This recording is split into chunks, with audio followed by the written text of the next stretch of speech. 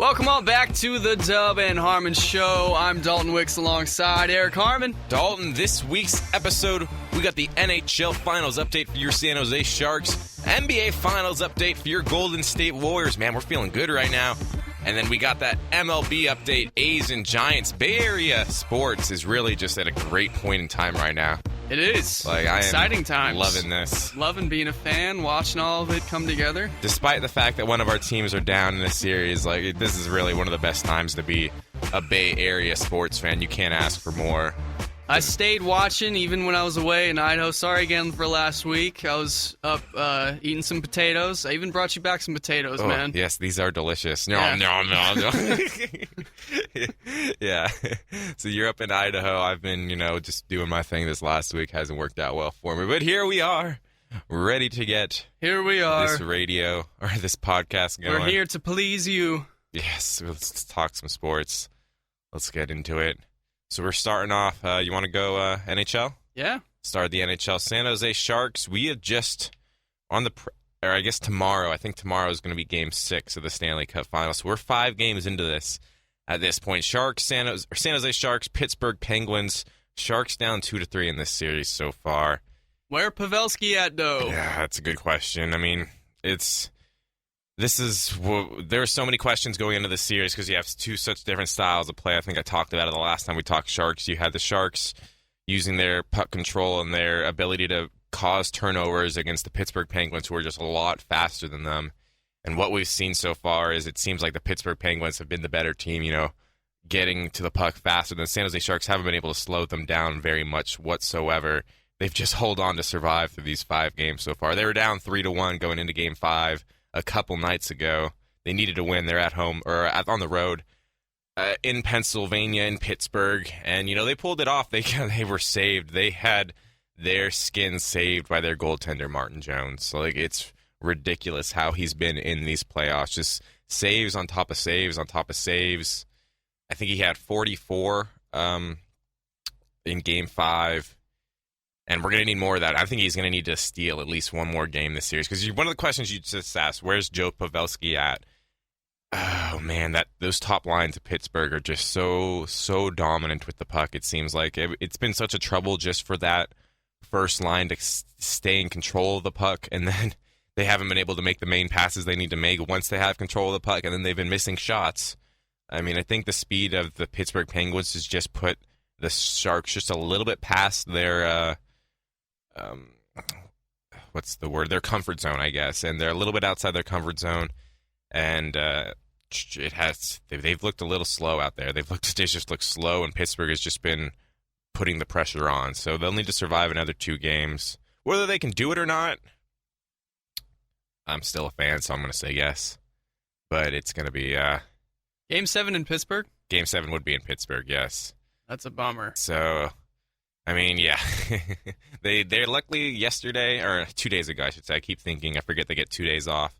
But they scored 2 goals in something like a minute and 30 seconds against the Penguins, and the Penguins scored 2 goals literally like a minute and 30 seconds right after that. You had 4 goals in a matter of 3 minutes. It was something like the fastest combination of goals ever in the Stanley Cup playoffs, which is a little bit crazy, but... They're just getting dominated by Pittsburgh, and they've been held, or Martin Jones has held, they didn't even hold a lead in the series until Game 5. And they've won games. They hadn't even had a lead in the series until they took the lead that they had for a minute or so. So they're playing well, but Pittsburgh's just playing a little bit better at this point, so they're going to need to steal games. So who needs to step up right now? Obviously, Pavelski is a guy who...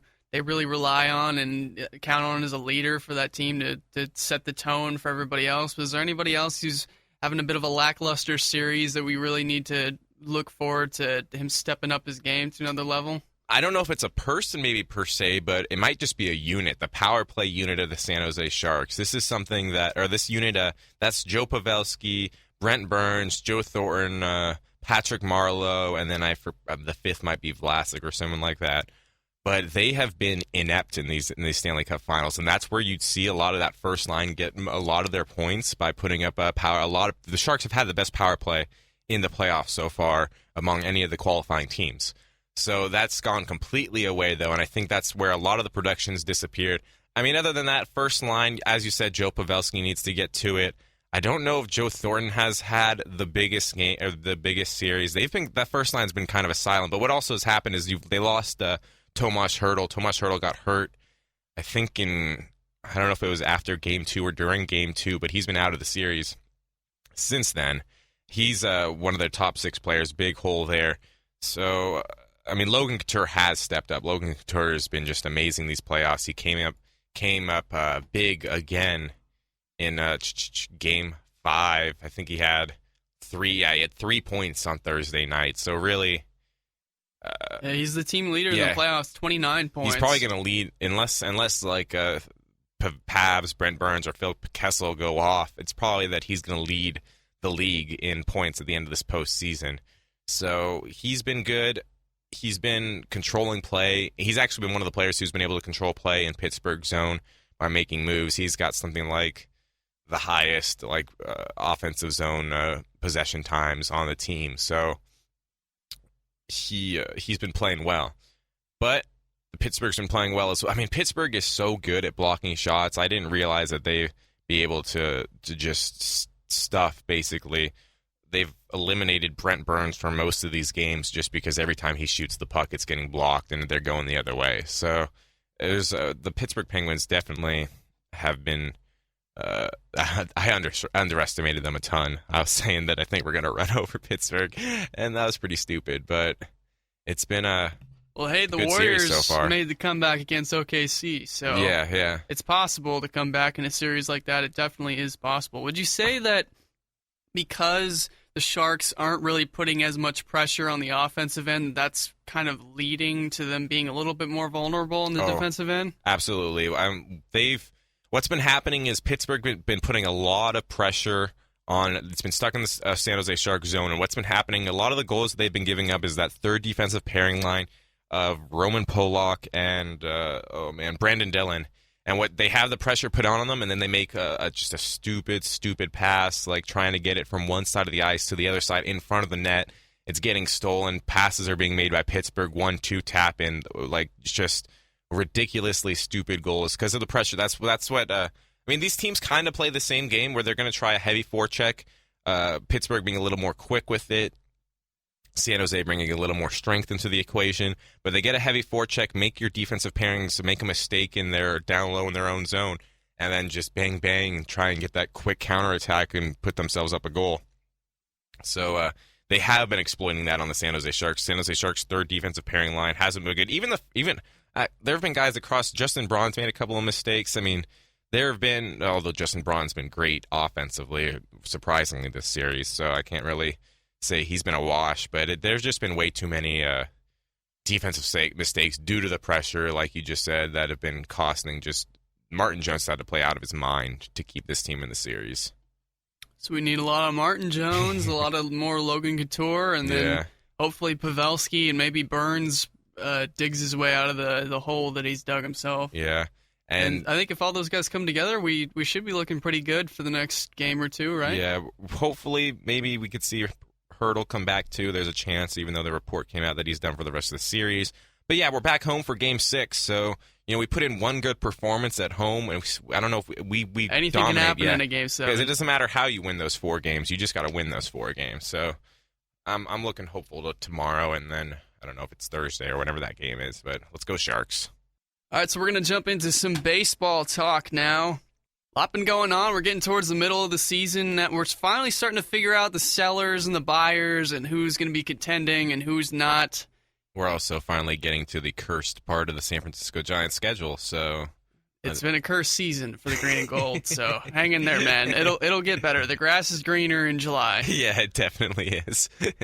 Especially, I mean, hey, there's rumors going around, lots of people talking about trades and stuff like that. So maybe the Giants will see that they need to make a little splash somewhere. And we might need an outfielder now. We're going to be missing a main one for 5 more weeks or so. I don't know how long he's been out already, but we can get into that later.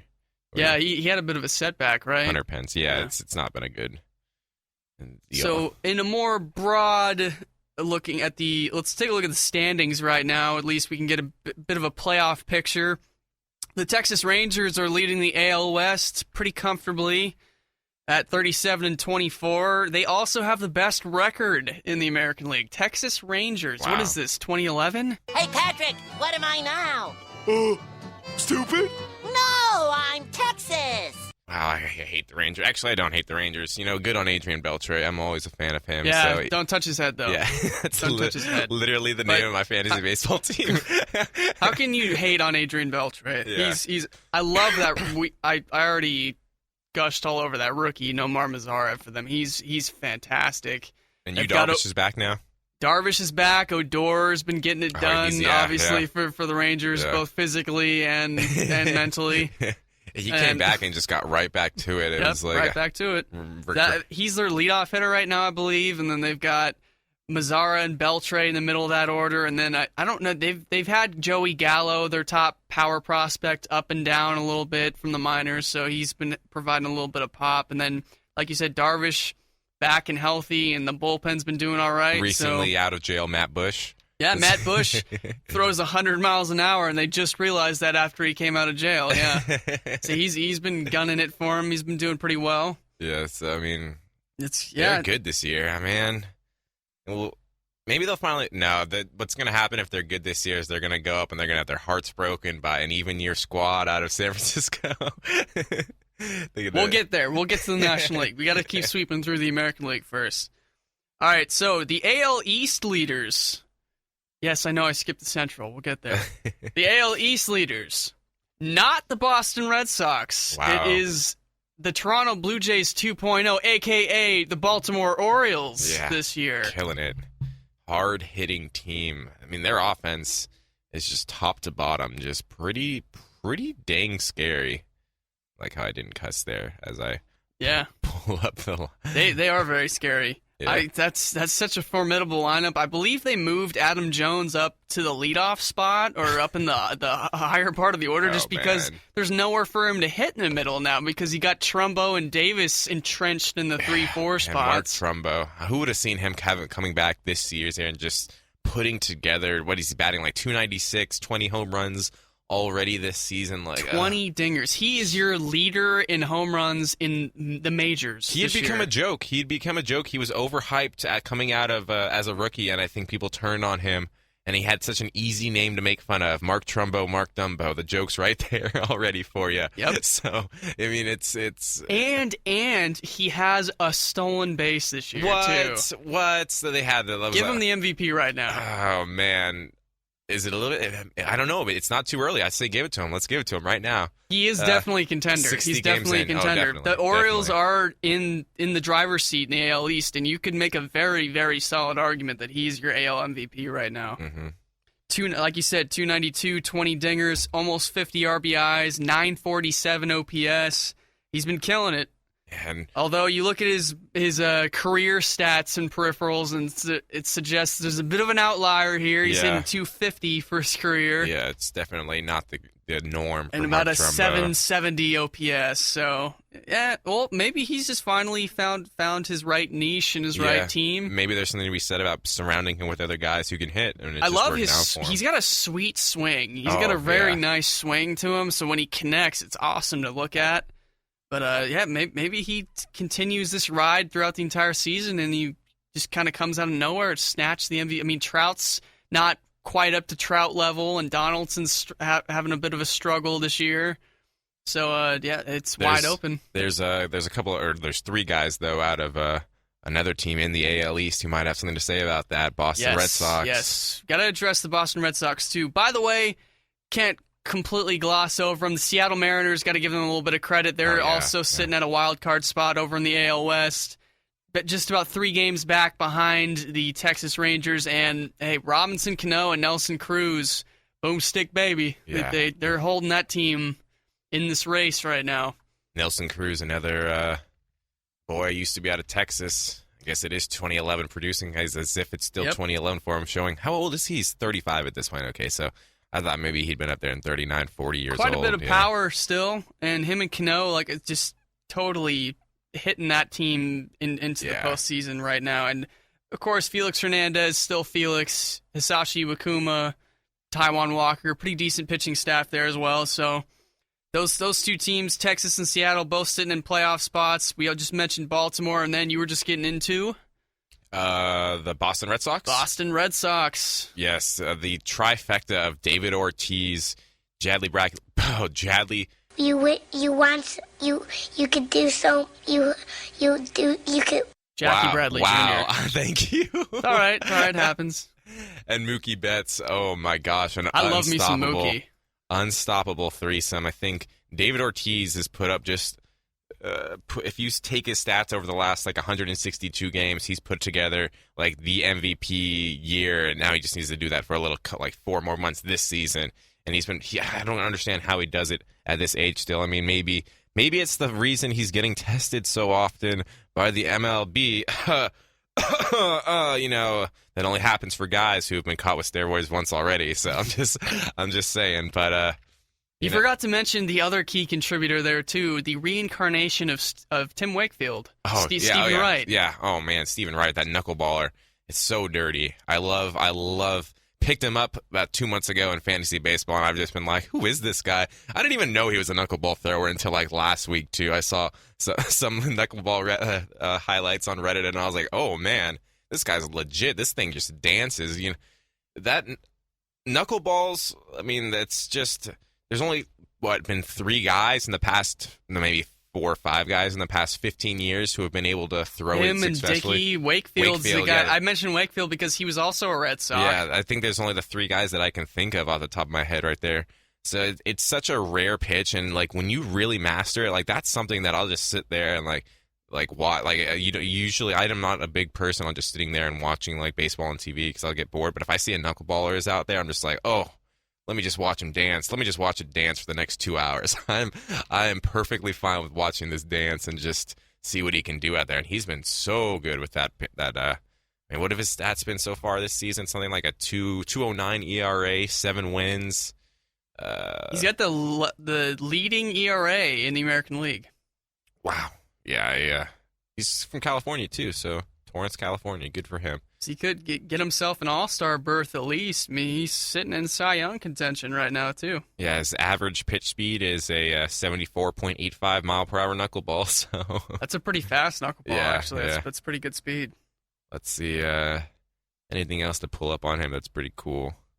That's just about it. But, Boston Red Sox, they've been hitting so well. They're sitting in a playoff spot right now also. Yeah, wild card spot. They were in first place, but the Orioles have surged ahead of them now. AL East, like I've been saying, is such a fun division. Hey, don't look now, but the Blue Jays are making a little bit of a push now. Mm-hmm. They're really, really close. Only a game and a half or so, 2 games back of a playoff spot. So Yankees looking good right now, too. They won 7 out of their last 10. Yeah. Sabathia is having a bit of a renaissance this year. He's not looking so broken. I think the rehab and the everything that he was recovering from last year, it's gone pretty well for him. So they're getting a little bit more of their money's worth there. Yeah, and then the Devil Rays. I'm not even going to call them by their correct name today.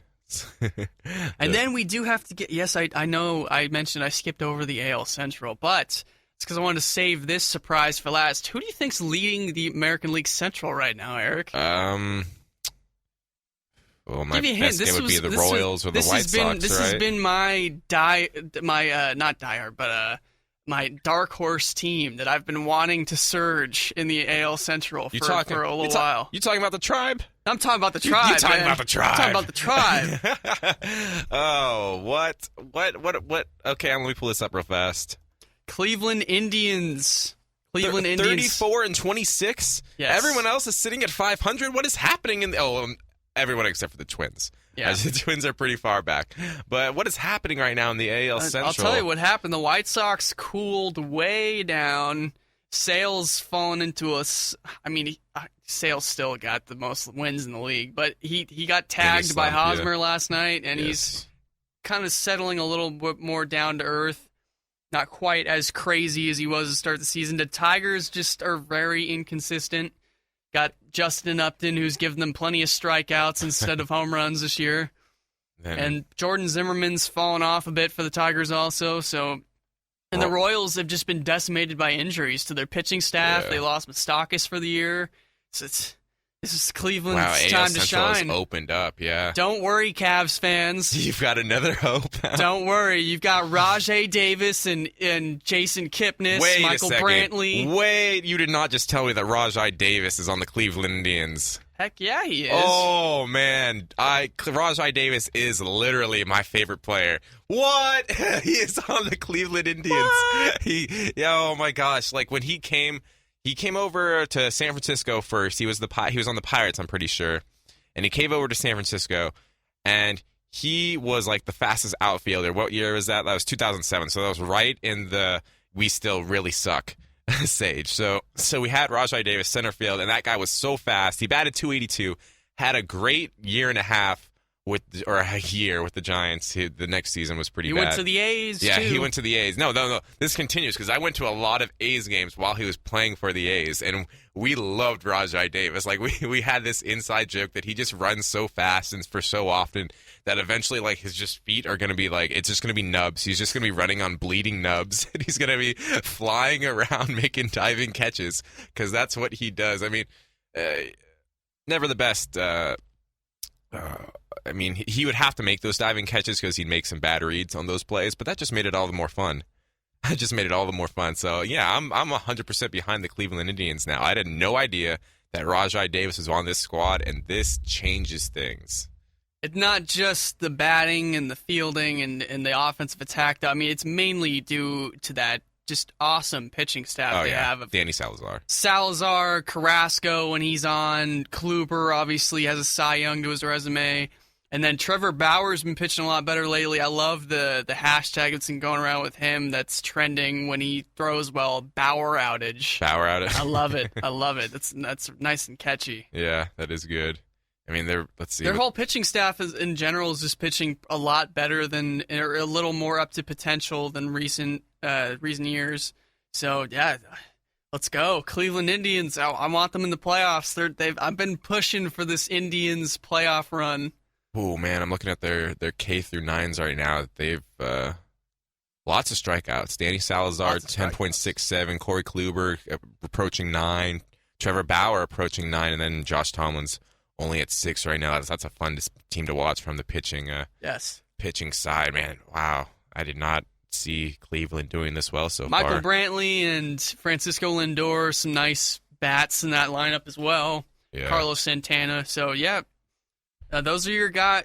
So teams that are maybe in the hunt, don't really count them out yet. We just mentioned Toronto.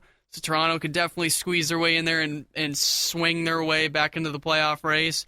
Tulowitzki just had a big setback, unfortunately, for them. So it's going to be a bit questionable to see what the shortstop situation is going to look like. And if Edwin Encarnacion, Jose Bautista, and Donaldson, that three-headed monster, they need to keep on swinging. Are you worried at all by Troy Tulowitzki's injury issues? I mean, he's always been so productive when he's not hurt that he actually, statistically speaking, as a whole, has not done a whole lot of good for the Blue Jays, though. Yeah, his numbers are significantly down compared to his time in Colorado. A lot of people will point to the splits of Coors Field versus everywhere else.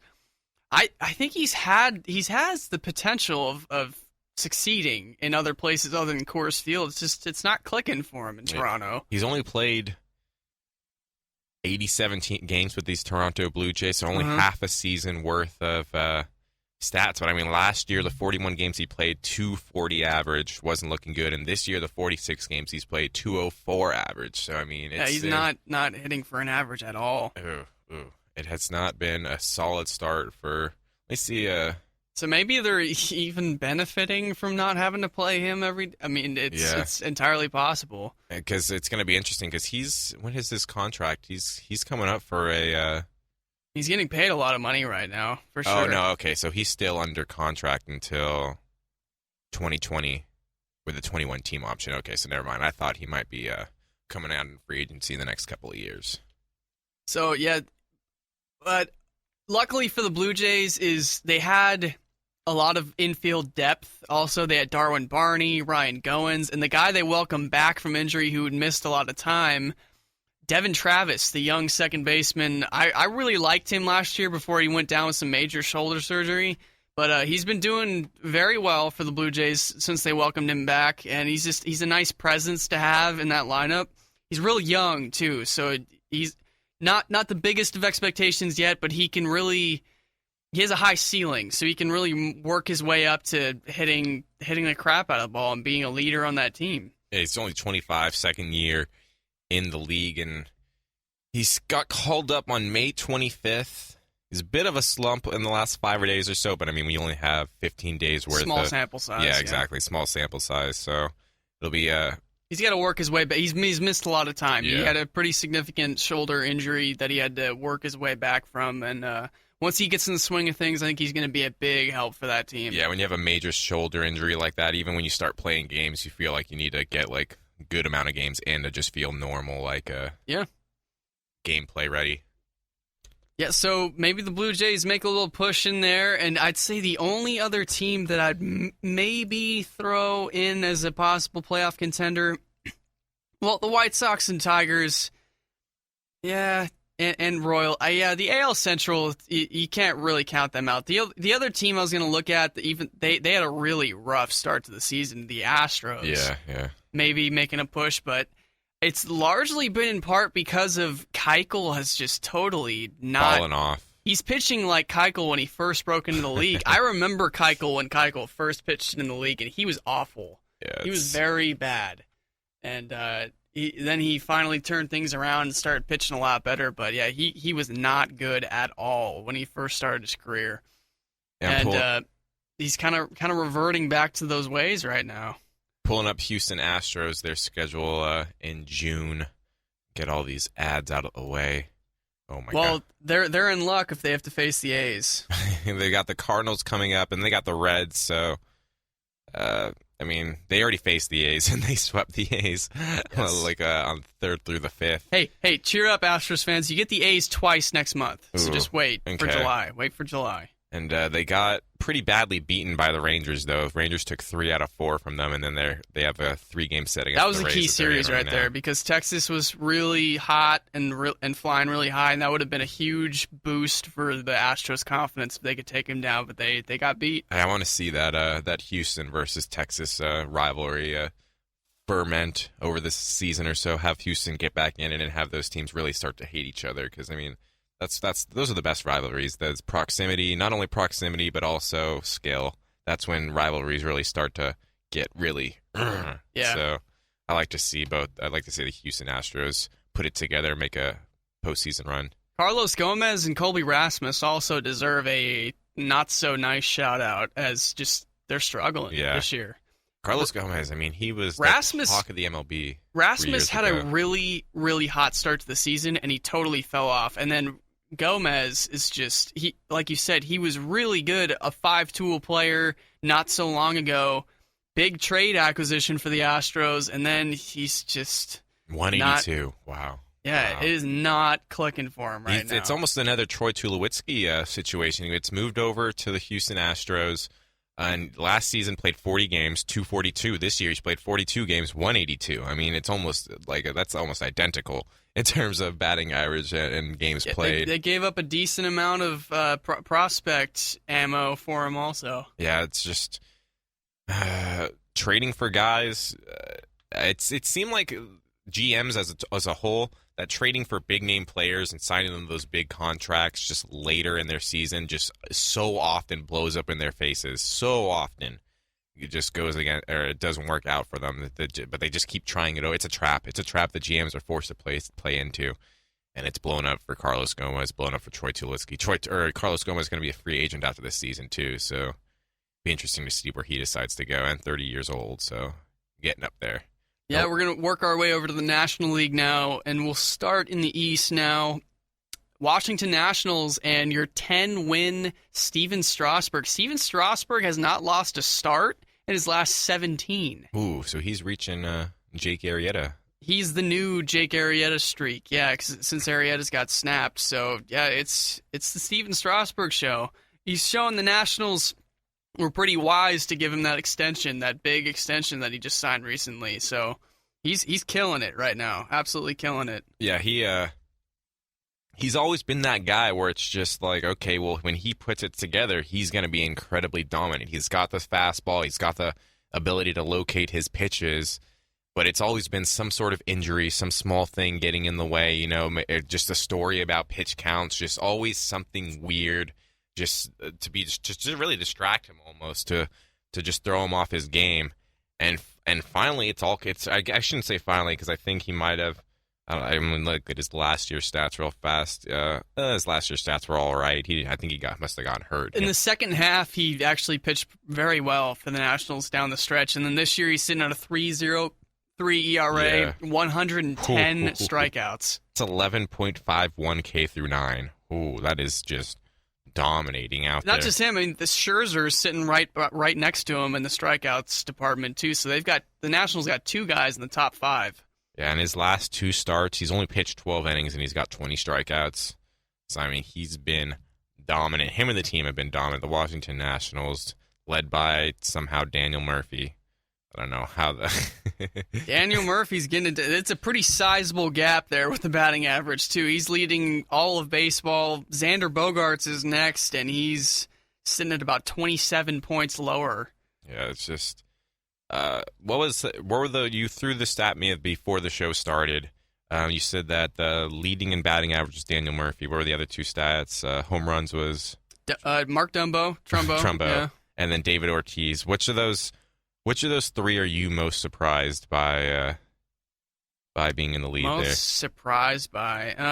I always thought a lot of people were saying that Daniel Murphy was really overrated, and they all took his home run binge with a grain of salt in the playoffs last year, and there was a lot of haters on him.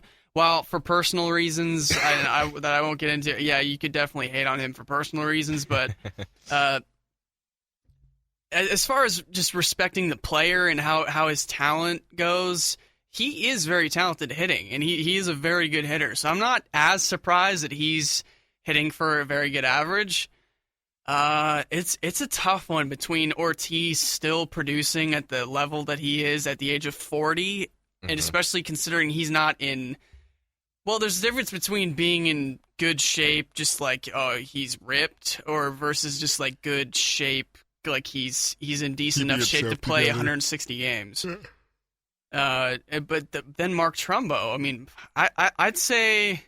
Because I knew that Trumbo had that kind of power in him, he had significant power if he would just connect with the ball more and not strike out so much. I'd say just because Ortiz is 40 and he's still doing that. You're gonna go with Ortiz? Yeah, it's miraculous. Yeah.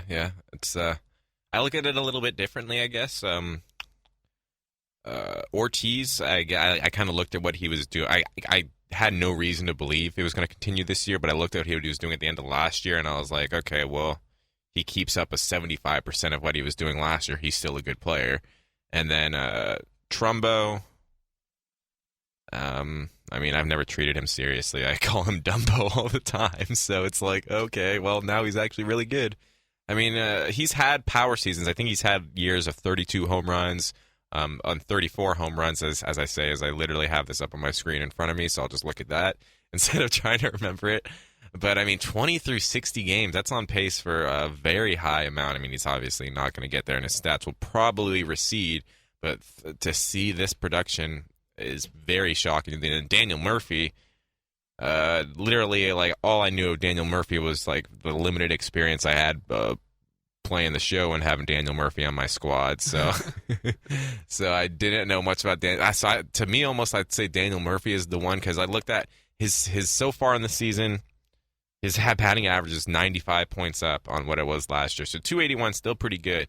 And 376 will definitely come down. We saw that with speedy steroid user. D. Gordon. D. Gordon, yes. We saw that with him last year, that his almost 400 batting average wasn't going to last the entire time. But let's see how far this goes. I'm going to go with Mark Trumbo being the most shocking for me, just because, I mean, it's Mark Trumbo, and I treat him like such a joke. But I really need to stop doing that. That's totally fair. He had 184 strikeouts in 2013. So Nationals, we talk about the Nationals. They're killing it. Anthony Rendon, even got to give him a shot. He's doing a little bit better this year. Ryan Zimmerman, you got the reigning MVP, of course. We haven't even mentioned yet Bryce Harper, who He's not exactly up to Bryce Harper standards right now, but he'll find his groove and he'll be right in that MVP race by the end of the season, guaranteed. Yeah, definitely. And the other team that's really making a strong push in the NL East, the New York Mets, who are doing very well as well. Of course, pennant winners last year. Cespedes killing it this year. That pitching staff still formidable as heck. Matt Harvey's finally putting in a couple of pitching performances too this last couple of weeks. He's been bad this season, and he's been the worst part of the Mets line or rotation, I think, this season. And he's finally putting it together as well. So they could be looking they are looking pretty formidable again. It could be getting even better. It's going to be a 1-2 battle between the Nationals and the Mets, and then you're going to have Bartolo Colon there, just being the fattest guy in the league, chilling and winning baseball games. Love me some Bartolo, man. Love that smile. Yeah. Love how that positivity he brings. And down but not out for the count yet, the Miami Marlins. I just don't take them seriously as a contender yet. I mean, they've got the big bats and Giancarlo Stanton. He's been not really hitting for an average, though. Bad. It's been bad for him this season. I mean, he looks clueless out there. I mean, he's swinging at pitches that are in the dirt, like letting pitches. It's like it's you see a player whose just head is so completely just messed up, where they're doing like literally the exact wrong thing, swinging at pitches in the ground, letting pitches that are literally right over the plate go through the strike for strike 3. It's like it's that level of like little league kind of stuff, and it's. You got to wonder how much the pressure of that new contract's weighing down on him. Getting hit in the face might have last year or 2 years ago. I don't remember when exactly that happened. How much that might be an effect on him. And then on top of that, you also have a batting coach who he's never been known for his patience. So I guess he's been known for his patience. Barry Bonds is known for his patience at the plate.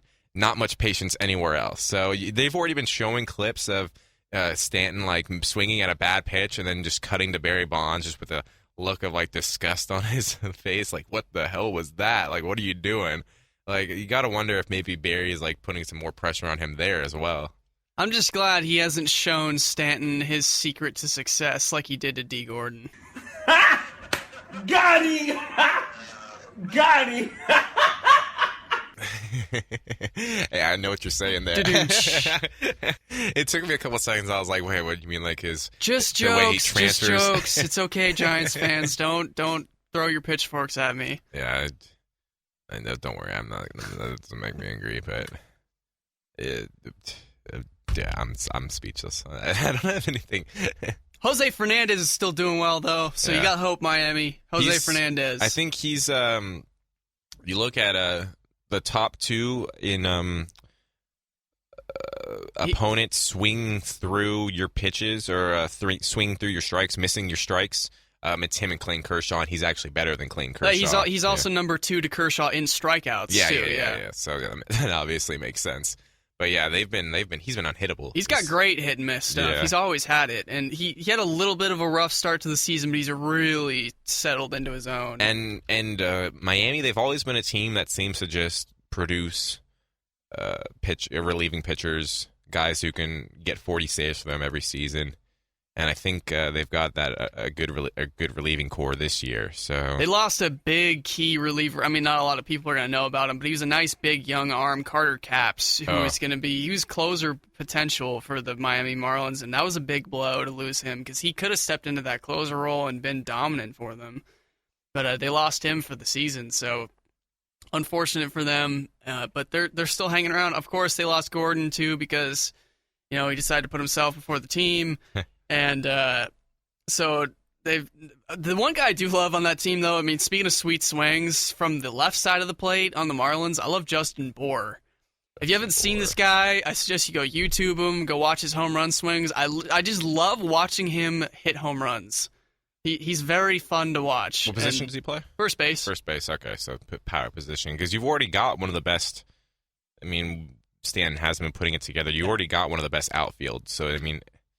Oh, for sure. Best. You know who needs a shout out too that we haven't even got to is Marcell Ozuna has been hitting the crap out of the ball this year. Yeah, he's been doing very, very well. So, and Yelich, of course, is very steady, and they're great fielding outfield and great all around hitting and everything. They do everything right. So, if Stanton can click back into the way he his potential shows.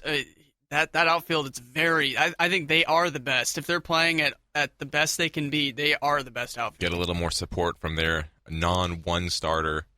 And Wei-Yin Chen, who they just gave that pretty sizable contract to, needs to produce a little bit more. Yeah. There's just not a lot of other guys that can really. The rest of that rotation's not up to par. They're right there in the fight for the wild card. Yeah, no, the rest of the rotation absolutely. I think that's going to be their downfall. Yeah. Is they just don't have enough arms. Yeah. They're going to have Fernandez. Maybe Chen does decent enough, but then there's just There's no one else proven. They need to bring another. But that's not one of the pitcher. bigger divisions in the National League. Let's get into some more punch, more teams that are in this race right now. We'll skip over the Central again. Sorry if you live in the Midwest or something. You're just bitter because you had to go to Idaho and you just are just like I don't want anything to do with this Central now. No, mainly just because I'm saving the Central for last. Oh, because they're the best. No, because there are the most. There's three big teams in the Central that we got to get to. But for now, we'll go to the 2-horse race over in the NL West. Got your hometown Giants, who are in their even year and they're thriving with a 3-game lead. Yes. Over the LA Dodgers. Now, they are thriving because it's an even year, and they have the even year magic, but they also, negating it for this month, they have the June swoon magic as well. So they're really sitting in this neutral area where their talent is really going to actually be what shows this month. So, I mean, who knows? Who knows what this month's going to be? Yeah, we'll get into more Giants talk in a minute just because we're gonna dedicate more of a segment to them, but we'll skip over to the Dodgers. Clayton, MF, and Kershaw. Where would the Dodgers be without Clayton Kershaw in the regular season, just as far as wins goes in the past several years? Bad. No, not bad, but I mean, they'd be a lot more average. Yeah, they'd be a lot more average. He pushes them from a 75-win team to a 90-win team almost, I believe. So, 9-1 on the year in games that he starts, and then the Dodgers are 21-26, something around there without him. I like it. That's just. He's leading every category that matters in the National League in pitching right now. Just simply unbelievable pitcher. Hopefully this year, just to make things more interesting and not just let the Dodgers just cruise their way to another even year, or let the Giants just beat up on everybody again in the playoffs. Maybe Clayton Kershaw can finally show up in the playoffs this year and give everybody some nice TV. I mean, as a Giants fan, I'd say I hope not. But as a fan of baseball, he needs to bring it in the playoffs. I would love to see just the Dodgers come in on a wild card and the Giants win the West, and then they just both make their way to the NLCS. Yeah, that'd be cool. That'd be really cool to see. Then you get a Kershaw Bumgarner game 1. Give it to me, man. Give it to me. I want it. Playoffs. Giants. Once the Giants get there, I'm really confident just because if their big three on the mound stays healthy. I mean, that's one of the. Although, to be fair, Samar just cooled off a little bit, but we'll get into more Giants talk in a minute. Yeah, sorry. Dodgers. Also, Corey Seager. Shout out to my man Corey Seager, who's going to run away with Rookie of the Year over in the National League. He's a savage, straight savage. Love me some Corey Seager. Adrian Gonzalez, old reliable over at first base. Justin Turner's been doing pretty well this year. Jock Peterson's not doing as badly as last year. That team, Kershaw, if they get more help from the pitching staff, like McCarthy's due back sometime soon, and they just need to all pull it together. Kenley Jansen's shutting the door down. It's closer. I may have missed it. Did you mention Klay Thompson's brother? Yes, right. Yes. Klay Thompson's brother. He's hit a couple of walk-offs for him this year. Not Tristan Thompson. That's completely Cavaliers. Trace Thompson. Trace Thompson. I was going to say Tristan Thompson, too. That's Thompson. why I called him Klay Thompson's brother. Trace Thompson. He's a big boy, too. Yeah, just like Klay. Big. He's very big, and he's very talented. So Trace is killing it over there for the Dodgers. And hopefully they can make things interesting with the Giants this year. I just want to see a close race. That's all I want to see. It's close right now. 3 games. I have a feeling that'll be. I want it to just be neck and neck all the way down to the wire. 1 or 2 games. Make everybody sweat.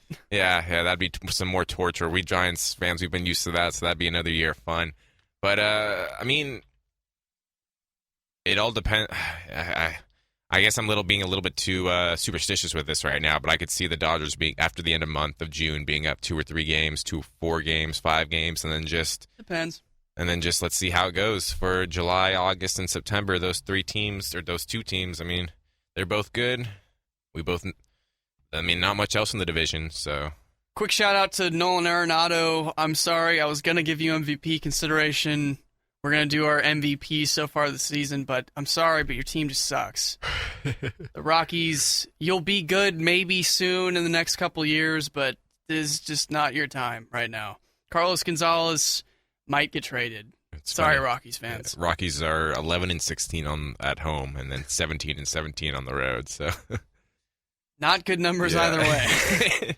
That's why we're on to the NL Central. All right. To the best team in all of baseball. That's they've been all season. And the mind-numbing stat that I just gave you a little while ago about their pitchers. The top 5 MLB pitchers in WHIP, that's walks and hits per innings pitched. There's Clayton Kershaw, and then 4 Cubs pitchers. 4 Cubs of their 5 rotation. Just Jason Hamill's the one guy that's got left out. Hendricks. You got Hendricks and Lester, and of course Arrieta, and then Lackey. Just absolutely shutting people down in that rotation. So everybody likes to talk about all the young studs that are hitting for the Cubs, but the pitching is getting it done. Well, I'm just going to say this. Last night, the Atlanta Braves beat the Chicago Cubs, so... What happened when the Braves played the Giants recently, too? Okay, yeah, they took 2 of 4 in that, all right. I know. And maybe the Braves just know how to beat their very, very good teams, but then, like everybody else, they it's just, play up, not happening. Maybe they play up to their competition, yeah. That's, I don't know how that Giants, happened. Cubs, Nationals, they got their number, but everybody else, no. Yeah, it's hard to look at a juggernaut like the Chicago Cubs and just not be completely terrified of them come playoff time. They're going to have the pitching to go up in a playoff series. They're going to have the batting that just you're scared every single time a guy comes to the plate, no matter who it is. It's just, it's going to be, 41-18, 60. Oh, I will definitely have them back in the NLCS for sure. Yeah. Who awaits them in the NLCS? The Giants, maybe? Yeah, hopefully. Bumgarner, Arrieta, game 1. There's a lot of pitching matchups in the NL that are going to be like a lot of fun. I think that was something that we kind of like stumbled upon when we were going through our MVP and Cy Young candidates too. It's really one league has all the good hitters and one league has really dominant pitching at this point. So we'll quickly gloss over, too, before we jump into our MVP predictions. The St. Louis Cardinals, Pittsburgh Pirates, even though in the standings they're about 10 games behind the Cubs right now, they're still technically in the race right now. Yeah. Just a game back in the wild card race. So the Cardinals they've been surging a little bit lately. Brandon Moss, shout out to my man B. Moss, former A, killing it over there for the Cardinals, 14 dingers on the season. So he's been a revelation for them. And the pitching staff has plenty of potential, so don't ever count out the Cardinals to not make the playoffs. They will definitely be around till the very end. They took 2 out of 3 from the Giants, too, so... And the Pittsburgh Pirates, too. They just called up their top pitching prospect, Talion. So Garrett Cole, if he's pitching up to par, and Liriano, the rest of that rotation, then they've got considering those guys are playing their best ball, I think the Pirates do have the best outfield in all baseball. And McCutchen, Polanco, and Marte, those guys are very, very good. And then you got my man Jung Ho Gong over at third base, always very good for the Pirates. So their Pirates are in it too. It's gonna be very close race. Did you see the starting lineup video the Pittsburgh Pirates had? No. It was a Game of Thrones style. Nice. They love it. Their intro video. I don't know if you've seen the Game of Thrones intro video, but it's kind of like a digital over, like they're just flying over like a whole map of what's supposed to be the planet of the world of Game of Thrones. And for Pittsburgh Pirates, so what they had was just flying through all of like the Pittsburgh area, and then like at the very end, just like a little pop up coming up with one of the players, and it was just like, duh! They did that for about 3 minutes. Really well done. So props to the Pittsburgh Pirates video crew, I guess, their CGI crew. But yeah, that was pretty cool. That's my a little bit of Pittsburgh Pirates knowledge for you. Hey, love it. Hey, that's pretty cool. They're a team that likes to have a lot of fun too. You see it with those. They have crazy handshakes and dances that they do all the time. So I love teams. Them and the Cubs both. Joe Madden likes to keep his clubhouse pretty loose and pretty. They crack jokes and laugh and all. I love Joe Madden as a coach. And then Clinton Hurdle, as stern as he looks all the time, and as he's got that very straight, stern face, but his clubhouse is very loose as well, so the Pirates got that going as well. It's just too bad they have to be situated in such a god-awful city with another god-awful team in the Pittsburgh Penguins. We're beating the San Jose Sharks 3-2 right now. Not bitter whatsoever. Hey, an argument could very well be made, though, that the Pittsburgh, Pennsylvania, on the East Coast, very East Coast Pirates shouldn't be in the NL Central. Yeah, that doesn't make any sense whatsoever. Yeah. Another time, another topic. Yeah. But so we'll jump into as we mentioned earlier, we're getting pretty darn close to the midway point of the season. We're around the third, I'd say. So who are the MVP and Cy Young frontrunners right now? Who are the guys that are getting it done? We want to mainly focus on guys who are on contending teams or teams that are looking at playoff spots. So like I said, sorry Nolan Arenado, you're having a very good season again, but your team's just not helping you out, buddy. Yeah. So who are your picks right now? We'll go both leagues, Cy and MVP. All right, so MVPs I feel like I have a pretty boring list at this point. MVPs on the list, David Ortiz for the AL. I think he's just been continuing the output that he put in last year, just on an incredible pace this season. And then over in the NL, a guy that I was talking about earlier, didn't expect him to be in the spot at all, Daniel Murphy.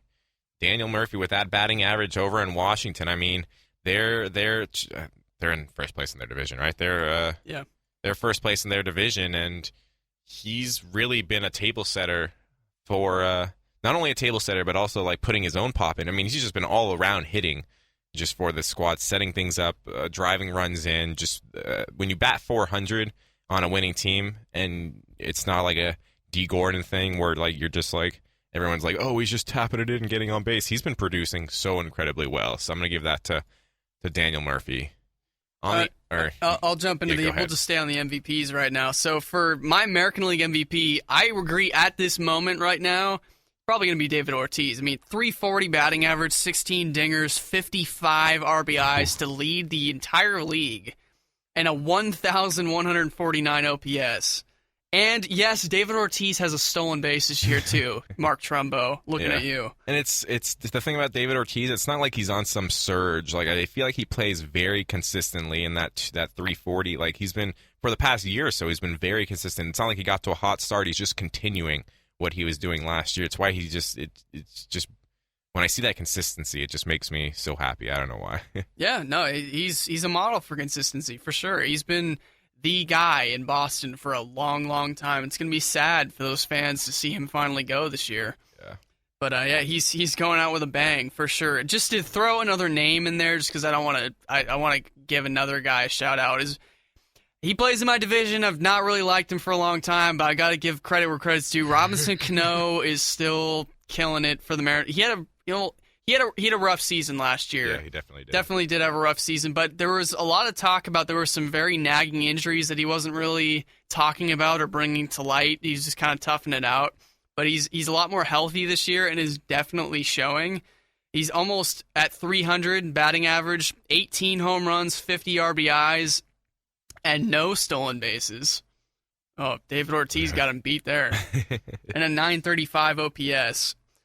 So, he's definitely a big reason, him and Nelson Cruz both, why the Mariners are even in the playoff hunt right now. So, got to give him a shout-out. And then over to the National League, I'm going to go with a really weird one here, and it's not going to be something a lot of people think. I'm staying with that second base hype. Ben Zobrist on the Chicago Cubs. Explain. That's interesting. Ben Zobrist, I don't know. He's just been doing a lot better this year, a lot better than people expected. He signed a pretty decent contract, too, and he's actually making it look like a bargain right now because he's got a 325 average, 8 homers, 36 RBIs, doing it in the 2-hole of this Cubs team that's just on tear. Him and Dexter Fowler are wreaking havoc on the top of that lineup. Also a 940 OPS, but the big thing that he's leading the league in is on-base percentage with a 435 on-base percentage. No one's topping him in that. So he's been a key cog and the reason why the Cubs have been able to set the table at the top of the lineup for those big bashers like Rizzo and Bryant and Soler. So, yeah, that's my big under-the-radar MVP pick. Yeah, kind of the Daniel Murphy role, I guess. Or I don't know if Daniel Murphy's a little farther back in the rotation, but setting up for the rest of the team, and I feel you on that. I like the choice. You want to get onto the Cy Young? Yeah, who you got? All right, so I don't know what I just said there, but the NL, I mean, that's pretty self-explanatory at this point. I hate the guy that I'm about to give it to, but I mean, he's just been so dominant that congratulations, Clayton Kershaw. You have been the Cy Young the first third of the way through, and I guess I could say it's close because there's other guys who have been putting in really good performances, but then Kershaw makes it like, no, I'm on a completely different level. You were saying, what was his K to walk ratio at this point? 120 strikeouts to 6 walks. Damn! I don't know how you can do that. 6. Like, I feel like you have to at this point in the season, just on pure, you have to have thrown 4 balls in an at bat more than 6 times. I'm pretty sure there are A's relievers who have thrown half as many innings as that, and they've walked 12 guys. Or 20. Yeah. I don't know. It's, oh my God. It's, yeah. So Clayton Kershaw, congratulations for that. I mean, look at his stat line. He's got 9 wins, 122. So you were right on the bubble there, 120. A 1.52 ERA, just and a 0.65 WHIP. Oh my gosh. I think that's on pace to be the best of all time too. The WHIP, or the best of just a long time. Yeah. Because I think the best one that I saw that was recorded in recent memory was Pedro Martinez had about a 0.74 around there in like 01. Yeah, when he was. Okay. And that was when he was very, very good. So, but yeah, Kershaw's would beat that right now. Okay, wow. And then 12 quality starts. That's just. Ooh, that's scary. Good. Thank you, LA, for not winning any other pitcher starts. I appreciate it greatly because, like, if you just won in one other pitcher starts, you'd be in the top of the division right now. So, and then AL, he's kind of slowed off. He's kind of tailed off the past month or so. His ERA the past month's been 4.2, but there's not a lot of pickings in the AL, so I'm gonna go Chris Sale out of the Chicago White Sox for my AL MVP choice. He's got 2.87 ERA. Which has been buoyed by that at 4.2.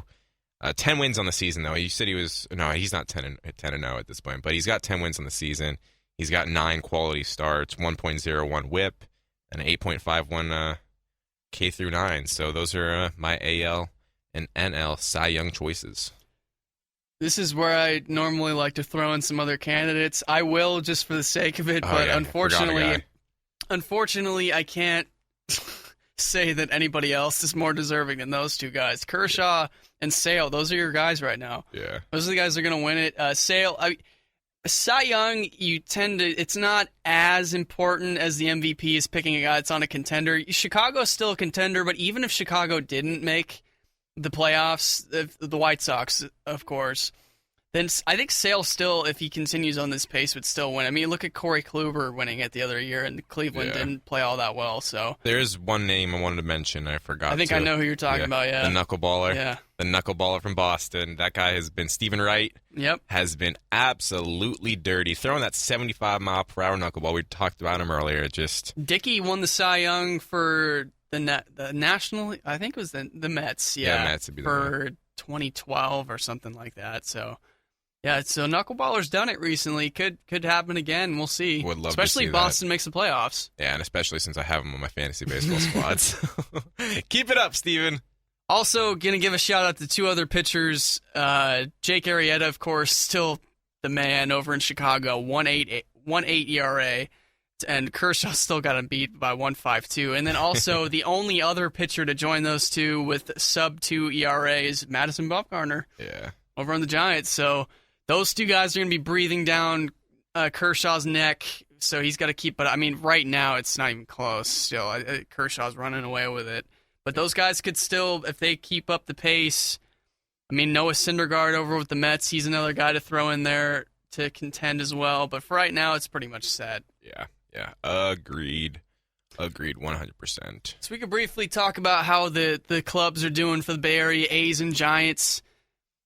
Let's start off a little more positive side. Let's go Giants. That's okay. Well, we got into the end of May. I think we had a 5-game lead in our division at that point. Things were looking pretty sweet. But now we're here in June, and I've said it about 3 times this episode already, but we are in the middle of June swoon. So you're going to see some unexplained losses. We've already seen some turmoil in our bullpen. Have you seen this Santiago Casillas stuff? Yeah. I saw that he gave up the home run to was Justin Turner who hit the home run yesterday. He's given up all the home runs at this point. So it's all of them. Yeah, it's been I think he's been pulled like 3 or 4 times now in the past 3 weeks. It's not that he's getting pulled; he's having episodes out on the mound out there. Like I've got some good up. news for you though, Eric. What's up? Do you know who you get to face in the last week of June? Oh, the A's. I see that now. So we gotta June swoon, no more. Yeah. Well, that's the thing. They schedule it to the very end of June. Hey, here you go. You're getting out of it. It's like, oh man. There are some definitely a big tough series that's waiting ahead. I looked to that 4-gamer in Pittsburgh. Yeah, that's going to be big. Even the Phillies, they're doing good this year too. They're doing better than expected. Tampa Bay is no team to sneeze at, especially because their pitching is pretty decent at times. But they're on it down. They're a little down right now. Their offense is very bad though. So if you can hit off those pitchers, you're in good shape. Yeah, we got. And then you get Milwaukee to beat up on the fighting Chris Carters. Yeah. I mean, it looks like we're 3-5 to start the month so far, so it's definitely not as bad as it could be. But I mean, continue 2 games against the Dodgers. I think these next 2 games against the Dodgers could really set the tone for the rest of, because these may be the best opponents you face in the rest or this month, other than Pittsburgh or Philly. Those will be good teams too. But I mean, in terms of emotional investment, I feel like it's got to be the Dodgers this month. So. Also, by the way, just to make you a little more happy too, in July, the only 2 teams that are relatively good that you're going to be facing are Boston and Washington. Everybody else is pretty bad. That's good. You're going to be able to beat up on the Diamondbacks and Rockies and Padres and Yankees. Yankees are doing a little bit better, but they're still not. You say great. Beat up on the Rockies, but like Nolan Arenado's just gone off every single time they play. You should be able to beat up on them. You should be able to. Yeah. One thing maybe Carlos Gonzalez will be traded by then. Yeah, hopefully.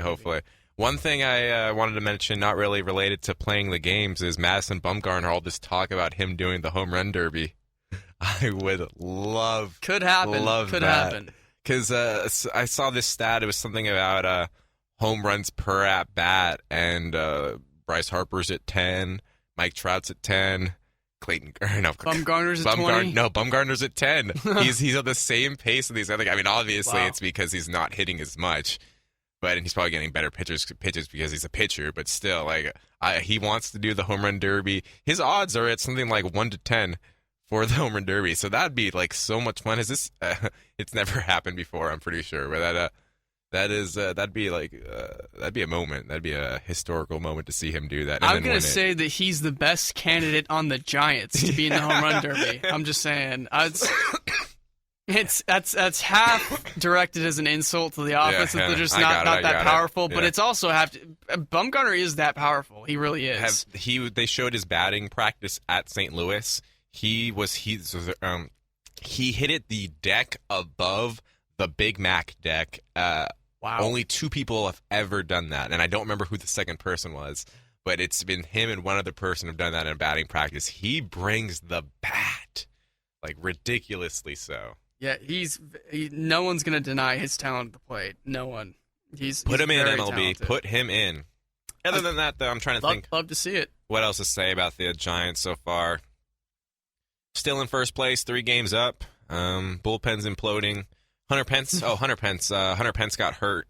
He's going to be out 2 months, so I don't know if we discussed that last show. That's not good because he's also leading the team in batting average right now, 298. It's going to be a big blow. And I think we have like Jarrett Parker coming up to fill his spot, but I think we're going to need to make a move. If I don't know if we need to make a move, but depending on how this month goes, They're going to lean pretty heavily on Brandon Belt right now. It looks like he's leading the team, and he's now going to lead the team in batting average and on base percentage.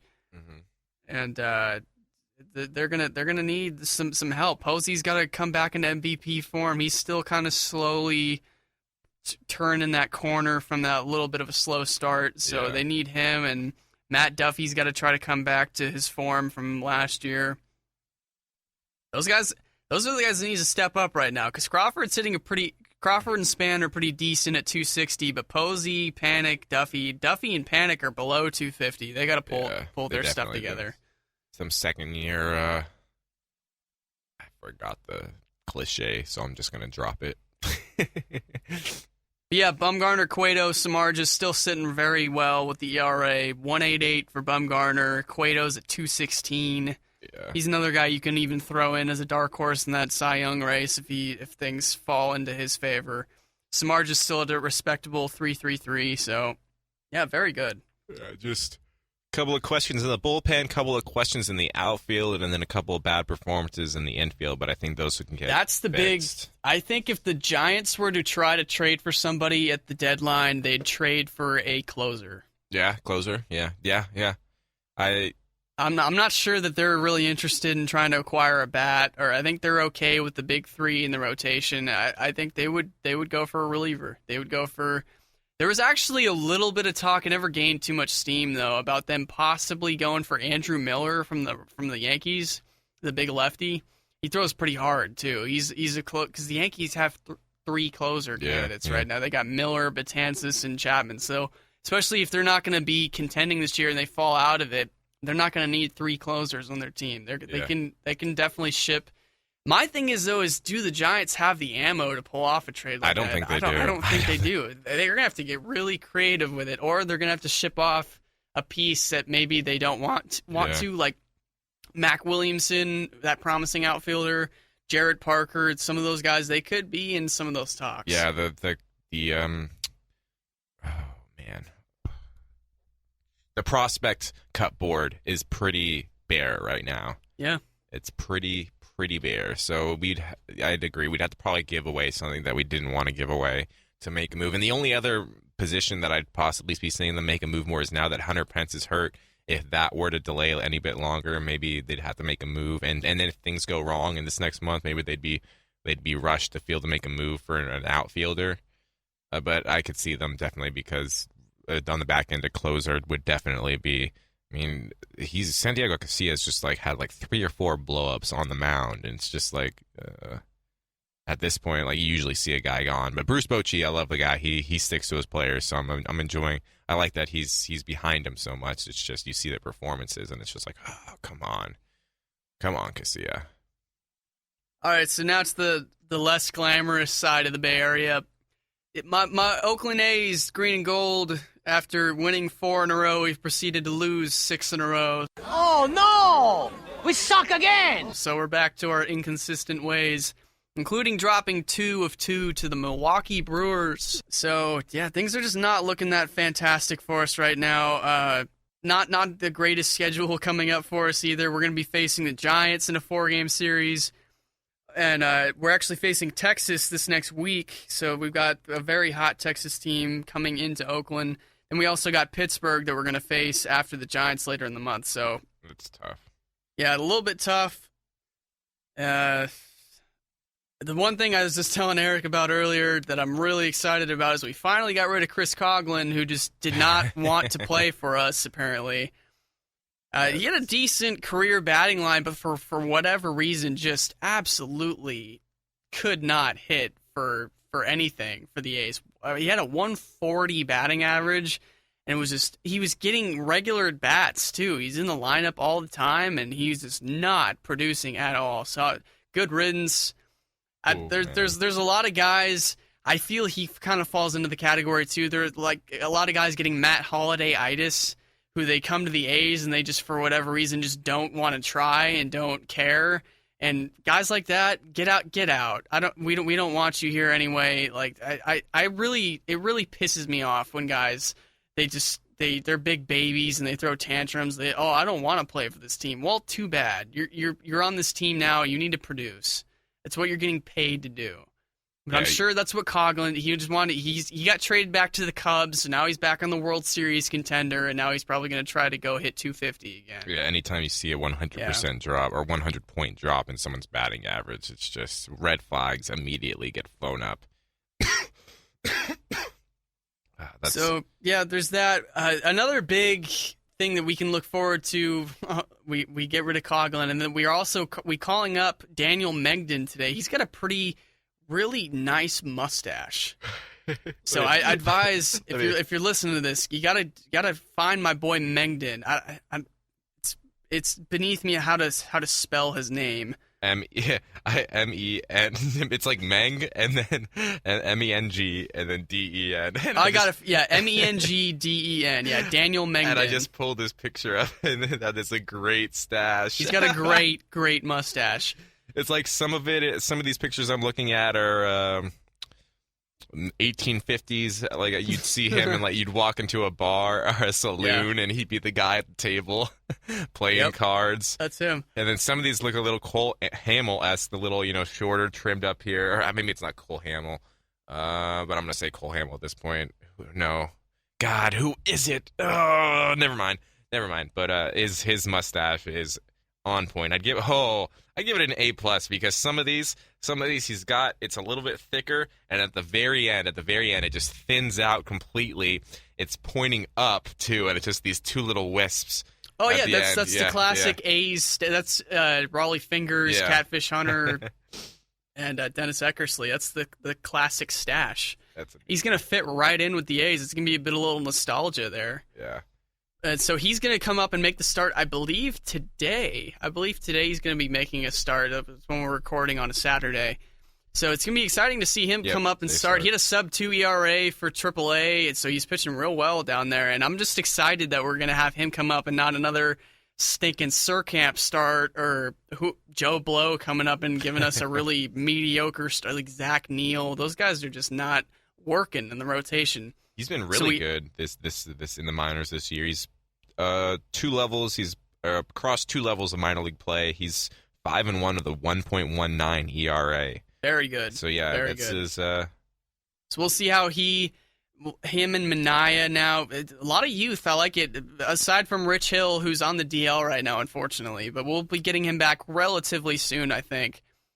But Sonny Gray, then we've got Mengden and Minaya, so I'm loving the youth. How's Minaya been since he's been called up? He's been doing a little bit better. He's still kind of trying to find his footing in the majors, but he's up for good right now until he just completely hits the wall and absolutely forgets how to pitch. He's going to be he's got a spot right now. We just don't have many other options. Yeah. Henderson Alvarez is the other guy that would make a push to the rotation, but he's still suffering setbacks in his rehab, so it's kind of a TBD for when he arrives. But other than that, the offense just kind of sucking and not getting things done. Stephen Vogt's been doing a little bit better of late. Danny Valencia is absolutely killing it. I think he's a prime trade candidate right now. He's like the first guy that will go. Oh, man. Just because he's in a contract year, he's going to be a free agent, and that's the A's MO is to get rid of guys like that. My first thought was like, I just feel terrible that you guys have to think like that. Like you don't see a player doing good. It's better to come to terms with it than just to be surprised. You're by being it. realistic like, about it. I thought he was going to stay around.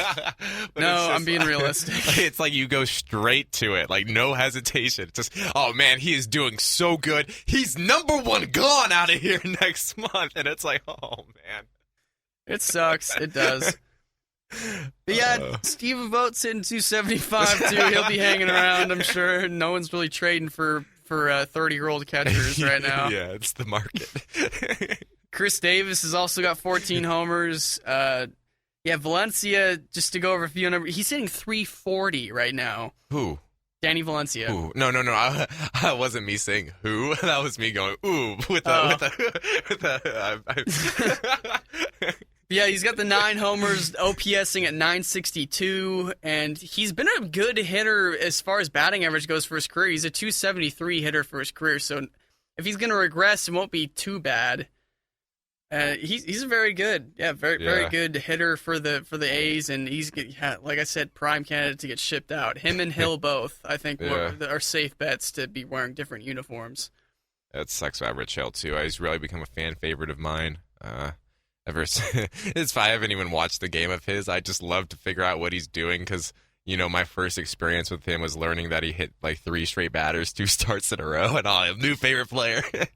As you can see, like the reason that I have favorite players is really odd. Like Rajai Davis is one of my favorite players. Rich Hill's now one of my favorite players for just stupid, inane reasons. Yeah, that's what being a fan is. Just having stupid reasons and being fans for that. So that's going to pretty much wrap up everything. The one last thing I did want to briefly touch on, we won't go too long with it, though. I can't skip over this. The second brawl that happened this year. Did you see when Yordano Ventura... I didn't see this. You did not see this? I did not see this. Yordano Ventura and Manny Machado got in a brawl. Oh, I heard about this. I didn't see it. Who won? If you haven't seen it, I recommend going. No one really technically won it, I guess. I mean, I guess Machado, you could say, won it.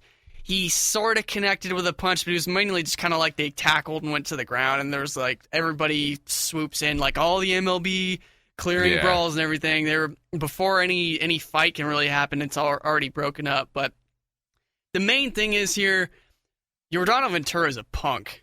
He's a total punk. I really don't like this guy. He throws very, very hard.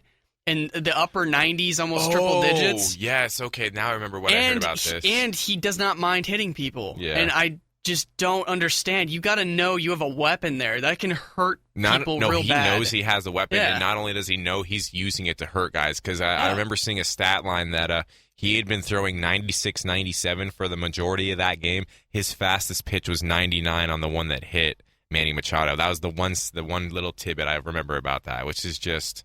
And what disgusting. happened was the lead up to this, let me preface it by saying I am not a big Manny Machado fan. I remember those days, and I hold a grudge when him and Donaldson went at it, and he was being a big baby. He was being a total baby. He threw his bat at Donaldson after swinging at a pitch at third base. So I'll never forget that. So Machado, I'm not a big fan of him. But I will have to say, in this instance, everything aside, I have to go on Machado's side. And I say good for Machado because Ventura threw at him a couple of times. Then, in his second at bat, Machado bombed one to the deep part of the yard in the warning track, almost a home run off of Ventura. Mm-hmm. And he stared him down after that because he's still pissed about getting thrown at.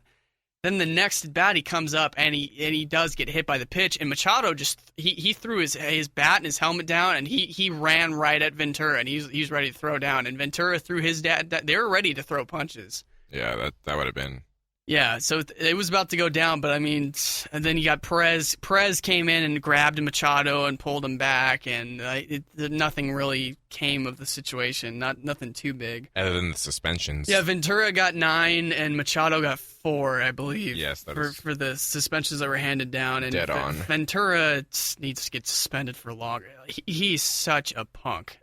There's no place in the game for guys like him. He just wants to stir crap up all the time.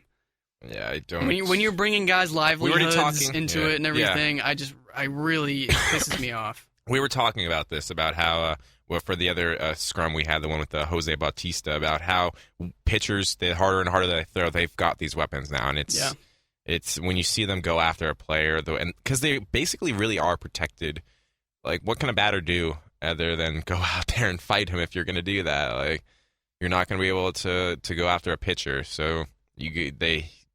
All to Manny Machado for doing what he could do there, but screw pitchers who are doing this now. It's really, really, really just We've seen what happened to guys who are getting hit.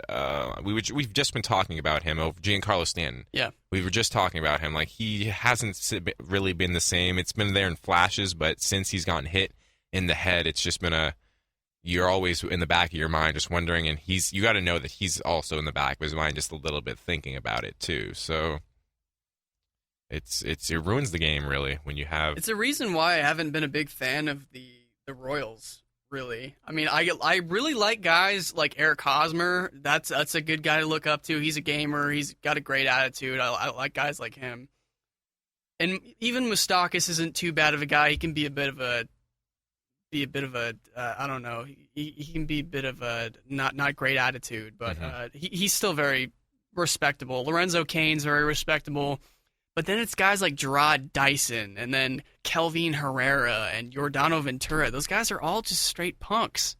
I really just don't like those guys. They have really, really bad attitudes towards the game. They're poor sports, and I really don't like them. Yeah. I could don't do without disagree with you. Random topic before if we're about to move on. Former Giants pitcher Gene Machi arrested after peeing on a car. Gene Machi? Yeah. Sorry. Wow. Yeah. This happened a day ago. All right. He just got released by the Cubs, so Maybe he's a little mad? yeah, I was gonna say the Giants should get on that, but never mind now. Well, hey, I appreciate you updating us on Gene Machi's well-being. He got drunk after getting cut last night and was arrested at 2 a.m. for peeing on a car. This is why we can't have nice things. Nice one. Man. I am on top of my Gene Machi news, so nice. All Hey, right. hey, I appreciate you giving us that update, man. It's nice that you got that update. Yeah. You found it, and I look for the hard-hitting stuff. now the people know where their Gene Machi is. Yeah. No, Look at that mugshot. Look at that. All right, that's all I wanted. So speaking of Gene Machi, the NBA Finals now Ooh, are smooth. the NBA Finals. So our boys were in the driver's seat. Yes. So I think since we last left you all off with the podcast, we didn't get past the OKC series. So the Warriors won that. The Warriors was it won that. 1-3 in that series when we last talked? So the Warriors, they made that insane comeback. We were Yes. there for you the entire way. Yeah. Yeah. We were there. Curry and the Livingston double T and everything, and Curry coming back and just storming the Warriors back into the playoff race. Mm-hmm. Can't spell choke without OKC. So Durant is left to question and ponder his future. Westbrook is so mad that he pulled out of the Olympics. And now we're here in the NBA Finals, and we got LeBron James crying at Draymond Green last night because LeBron decided to step on top of Draymond and rub his valuables in Draymond's face. Yeah, that was messed And up. then LeBron takes offense to that. I don't know. Yeah, I think that was LeBron. Like, after it happened, LeBron was just looking towards his teammates. Oh, he messed it. He did that. And everyone was just like, LeBron, you kind of stepped over him. Like, I also love the fact that Tyronn Lue in a press conference actually had the gonads to say to the media that LeBron never gets calls. Oh, really? Really? We're going to go there now. Really? LeBron never gets calls. Oh, what about the every other time he has the ball and he travels? What about that? Oh, The man. Warriors get called for traveling every single time they do it, but LeBron James will never get called for it. That just comes Never. across as really just saying. I think that's just mind Tyronn games. Lue's an That's got to be idiot. mind. That's He's got to just be an mind games. He's an idiot. He's not running that team. LeBron's running that team. If Yeah, anybody else thinks differently, But I see it as this is what I saw when the Sharks were playing St. Louis Blues in the Western Conference Finals. Ken Hitchcock, he would after every game he'd just say like really just mystifying things, just like those two were there. I don't know why I'm doing this voice, but they've played their 2 best games so far. They're bringing the A game, and we suck. We're really terrible right now, and it's just like, well, you're obviously just saying these things to just they're mind games. So that's how I see what Tyronn Lue's saying. He's hoping that the referees will now look a little bit more towards LeBron, but I don't think LeBron's missing. Like you said, LeBron's not missing any calls. LeBron gets the calls when he needs it, and he doesn't get called on defensive fouls, it seems like, ever. So I don't know what game Tyronn Lue's watching other than watching he's not watching the NBA Finals. That's a fact. Also, unfortunately for Bron, when Draymond switched on to him on defense, it seemed like LeBron was pretty helpless last night. Yeah. I saw a lot. You see, I watched that entire game. I seem to remember a lot of him passing the ball away when Draymond was switched on to him. Interesting. And then there was also a block or two that happened. Yeah. I've heard someone say that Draymond Green is like a mini LeBron James, like in terms of skill set. And I think they're just. He's not the same type of scorer though. Definitely I will not. say LeBron's a better scorer. Yeah, LeBron is better at finishing when he gets to the rim, but I think maybe Draymond might be a better shooter at this point than LeBron. I'll say that maybe 3-point shooting. Yeah. Maybe. Well, as far as creating your own shot creation and shot finishing, That's LeBron. He's eons ahead of Draymond in that. But they've been canceling each other out almost to like somewhat of because effect. Draymond's meeting him halfway with the playmaking, at least with the passing and all of that, and defense. I think Draymond's better at defense. Yeah. I mean, he had LeBron because he switches onto more people too. 7 turnovers last night for LeBron. Yeah. Well, it's because he's playing hero ball. Yeah. He's playing hero ball now. Oh my gosh, there's an entire quarter of Kyrie and LeBron hero ball. Your favorite topic of hero ball. Yeah. Yes. I mean, I was actually seeing that mentioned a lot in the media coverage of that game. They're saying that LeBron's going to have to play hero ball because Kevin Love's now going to be relegated to bench duty because he's coming back from the concussion, and then got Kyrie Irving. As nice as he is, he puts up a lot of points, but it's in the clutch situations, he's not really there as much. Yeah, and he's a sieve defensively, so he's negative as well. An interesting thing? What do you think this is going to do for Kevin Love? I mean, I think he kind of got screwed over, having to miss game 3. Yeah, I feel bad for him. Kevin Love's not a bad guy, and I take this back to last year's playoffs to really, feel bad for his whole situation. And when he had his arm yanked out of his socket by Kelly Olynyk last year, and then he had to miss the rest of the season. And this year, I will say the play where he got injured and got the concussion should have been a flagrant 1 foul. Really? It should have been a flagrant 1 foul, but the play we're talking about is in game 2. It was, I believe. Yeah, I think game 2. Yeah, that was right. Harrison Barnes ran up for a rebound and just nailed Love in the back of the head. It was totally inadvertent, nothing unintentional there, nothing on purpose. But those kind of plays, I think you still need to rule. It's not a flagrant 2 to eject him, but a flagrant 1, I think, should have been called. So the refs did miss that call because he got nailed. The refs have been letting a lot go in this series. They did, They've been letting a lot go. Not only the Cavs, but the Warriors, both teams were not getting a lot of calls last night from the game. And so they're letting them play more. Yeah. And I think that has a negative effect for Steph Curry. It does, I think because he's a guy that they hound on him a lot. They scratch and claw at him and hold on him, and that does not play to his advantage. Still had 38 though last night on 25 shots. He's still, they're questioning him. They're questioning that the MVP. They're saying, "Oh, unanimous MVP. Oh, where's he at? Oh, he showed up last night. Yeah. Don't you question me. Don't you question me. Don't you question my shoes either."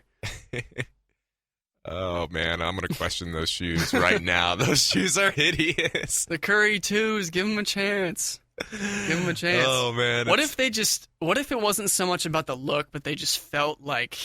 perfect? Felt amazing on your feet. Like you weren't even wearing shoes. Like you were walking on clouds. Okay. Then I'll give them a little bit of credit there, but at this point they look like New Balance. They look like New Balance shoes are comfy. Yeah.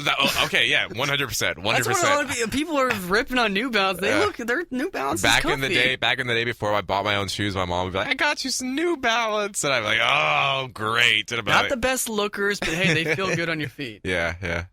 Got that steel. I think I had steel-toed New Balance for a little while, so I could that's a throwback. I could kick people, and they'd be like, "Ow! What the heck is in your freaking shoe?" And I'm like, I literally have a steel toe right now, and I don't know why. Yeah. All right. So to analyze this series from an analytical standpoint, what's jumping out at us right now? I like to look at Steph Curry and Klay Thompson both finally just threw in a ton of points last night. They showed up and carried this team to a victory.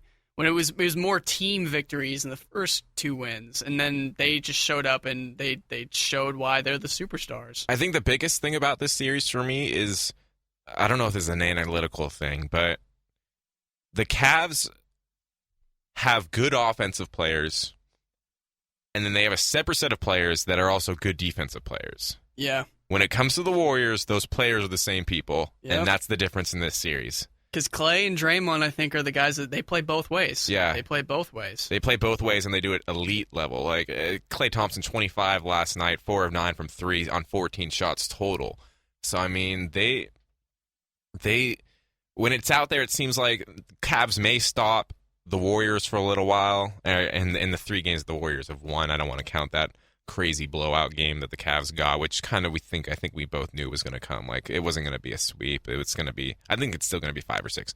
But they've what's the best way to put this? When Cleveland goes on their runs, it's not like they're stopping the Warriors and from going on their own runs. I feel like they're both happening at the same time, and then Cleveland makes the substitution, brings their defensive players out there, and the Warriors' production comes down a little bit, but there's no offense from the Cleveland Cavaliers. It's really just it's kind of basic when it comes to it. When I'm looking at it like that, it's just it's very split up. Yeah, because I mean their defense is more guys like Richard Jefferson and Shumpert and Tristan Thompson. Yeah, Thompson. Yeah.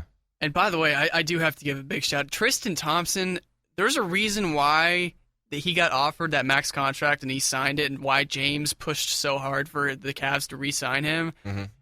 Rebounding. Yeah. He's a savage on the boards. The Warriors just at times had absolutely no answer for him on the rebounds. Yeah, 6 offensive rebounds from Tristan Thompson last night. Yeah, he when he wants to, he can just have his way in the paint. And he's a decent scorer too. He's pretty decent. He needs to be more consistent because he started that first. I think he had like 8 points and 5 rebounds like 10 minutes into the first period or something, like first quarter, and then it just went to he only had 2 points and like 3 rebounds the rest of the game. He's a very good big though. Yeah. He's all around. He makes a pretty decent amount of his free throws, and he plays good defense. Yeah. He's a very good big, good big to have. So I can see the hype why LeBron and a lot of those guys they wanted him back on the team. Yeah. But then you got guys like Kevin Love, Kyrie Irving. Those are your offensive-minded guys, but not as great on defense. Yeah, literally negatives on defense. Yeah. Like, they're terrible. You know who I thought I'd see more in this series, and we haven't seen a lot of? Channing Frye.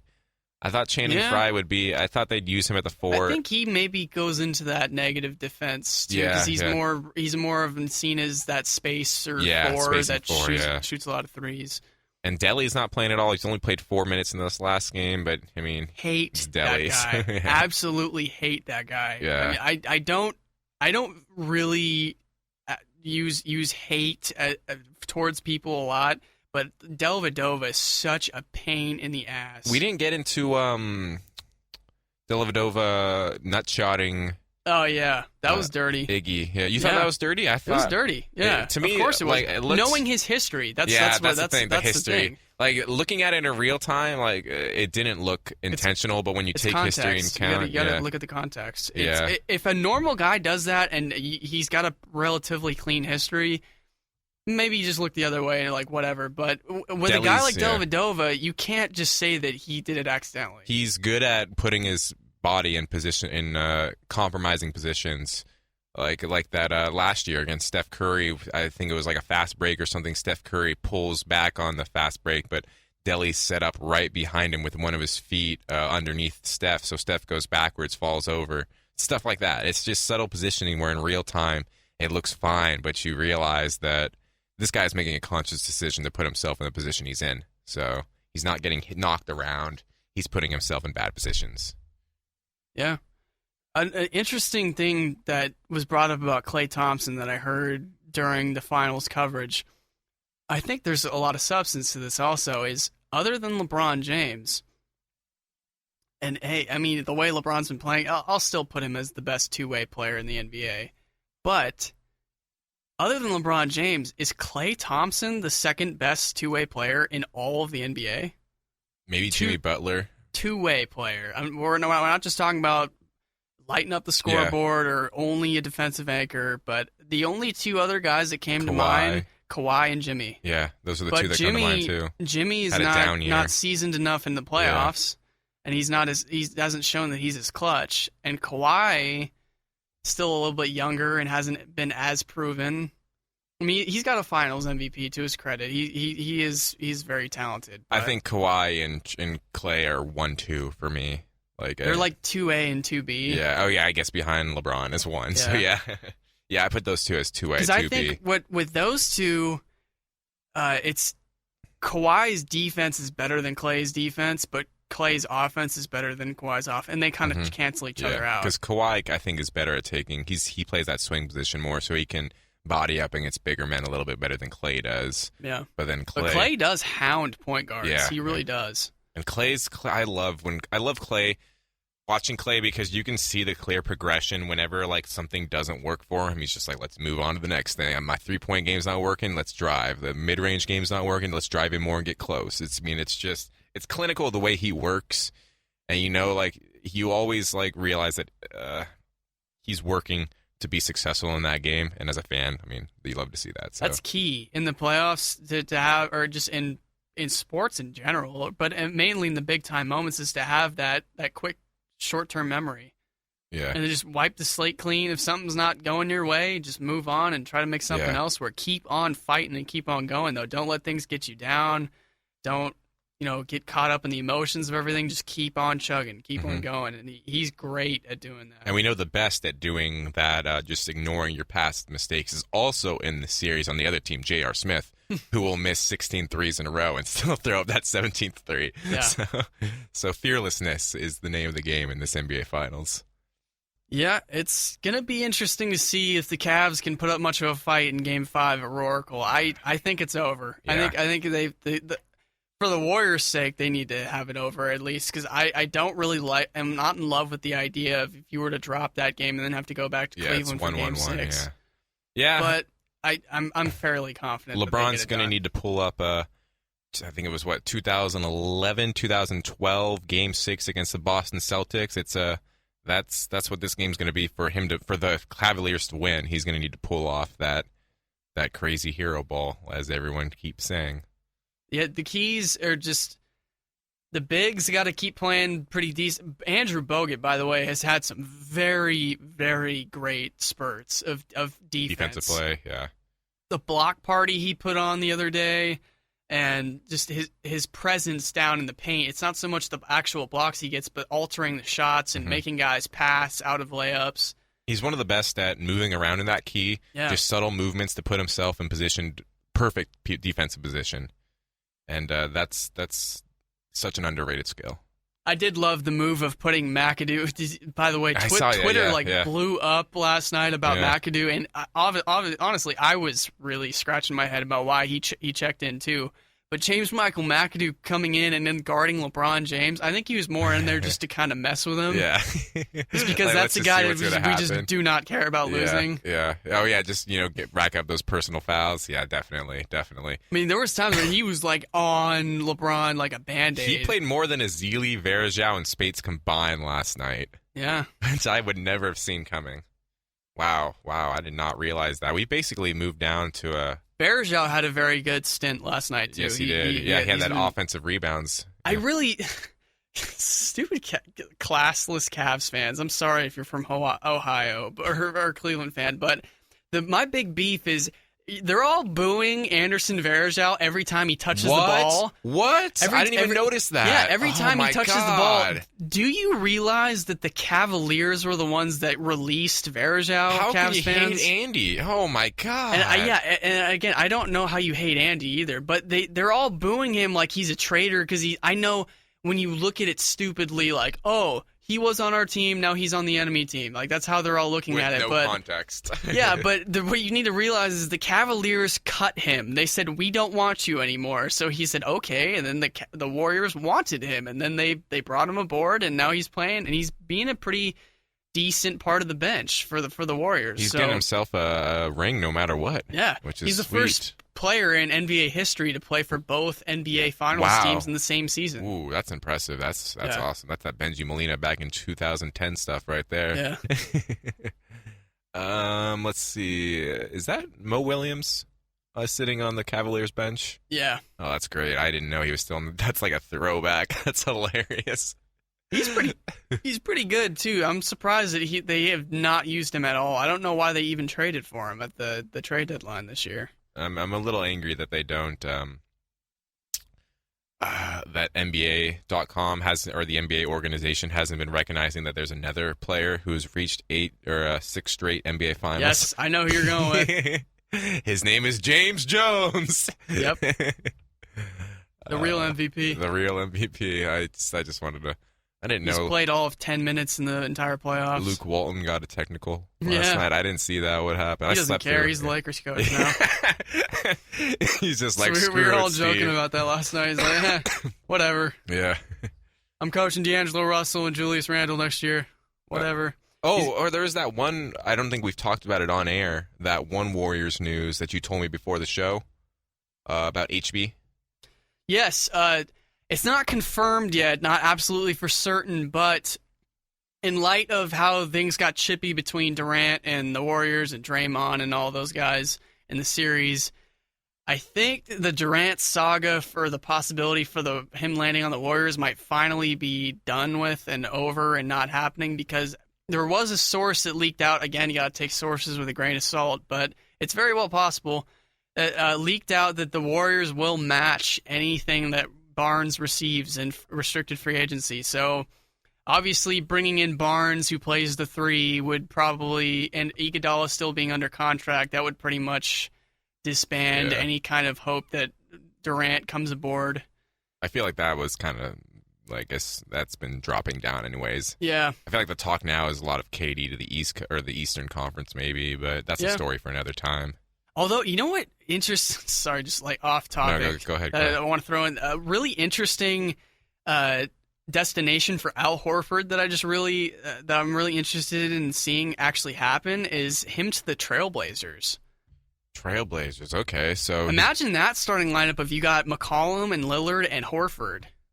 That's interesting. I like that. If they were to pick up like one other decent piece to throw in at like the 4-3, that's a pretty good lineup. I like that. McCollum proves that he's a not a one-year wonder. Yeah, and he does that, then definitely. You know Lillard's great, and Horford's very solid too. I've always liked Horford's. I'm interested in that. He works so well in the happen. post, so well, and then grabbing those rebounds, it's annoying. At least playing against him in NBA 2K. Anything else, or are we ready to? Yeah, that's pretty much. I mean, with the Warriors and Cavs, hopefully they wrap it up in this series, in this Game 5. Rourke will get that parade going. At least one parade. Maybe hope's still there for the double parade. Yeah. Maybe we can make it happen. So just gotta take it one game at a time for the Sharks. Yeah, one game at a time, indeed. And that's gonna pretty much wrap it up for today's show. I've been Dalton Wicks.